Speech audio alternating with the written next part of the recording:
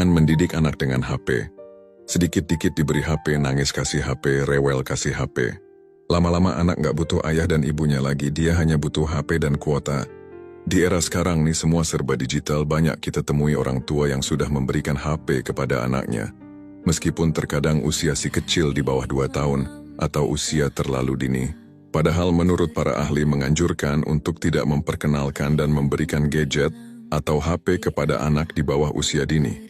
Karena hal ini dapat berpengaruh pada perkembangan otak si kecil. Lalu apa yang harus orang tua lakukan? Nah, berikut ini tulisan Bunda Afiah Latifah Tauhid di wall FB-nya. Bisa dipakai pertimbangan untuk menjauhkan anak dari gadget atau HP. Ortu, anak saya kecanduan HP sampai susah makan, dipanggil nggak peduli, disuruh malah berontak, gimana solusinya?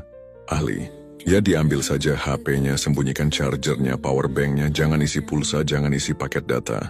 Ortu, tapi dia marah-marah, menangis, tantrum. Saya nggak sanggup mengatasi. Ahli, harus sanggup. Yang memberi HP pertama kali ke anak siapa? Orang tua kan? Maka orang tua juga yang harus mengambil HP-nya, menghentikannya. Saya lalu melihat si ibu berusaha mengambil HP dari anaknya. Si anak marah-marah. Dijambaknya rambut ibunya, dipukulinya badan ibunya. Dan saya lihat si ibu diam saja. Rambut dijambak pun kepalanya dibiarkan ketarik sampai kesakitan. Hanya lirih mengatakan, nggak boleh HP-an kata Bu Afi itu loh. Disitulah salahnya. Anak-anak sudah dikondisikan menjadi bos. Dan orang tua menjadi pelayan yang sendika dawuh. Makin lama makin menjadi hingga akhirnya, orang tua merasa nggak sanggup menghandle. Lalu dibawalah ke tempat terapi, kata seorang trainer terapi dari Australia. Ketika ditanya oleh peserta bagaimana mengatasi anak tantrum, jawabnya simple. Who's the boss?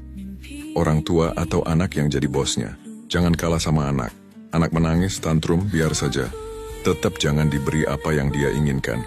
Karena tantrumnya akan terus dijadikan senjata utama saat minta sesuatu. Jangan panik lihat anak menangis, nanti juga akan diam sendiri. Harus tahan mendengar dan melihat tangisnya. Gak ada ceritanya anak mati karena menangis kok. Sadis ya jawabannya. Tetap tenang. Pegang tangannya, sigap mencegah jika anak mau memukul dan lain sebagainya. Teknik khusus menangani anak tantrum bisa bervariasi tergantung kondisi tantrumnya. Bisa didekap dari belakang atau kaki ditekuk, atau didudukan di beanbag, atau yang sangat parah ditengkurapkan di atas matras. Dan banyak teknik lainnya.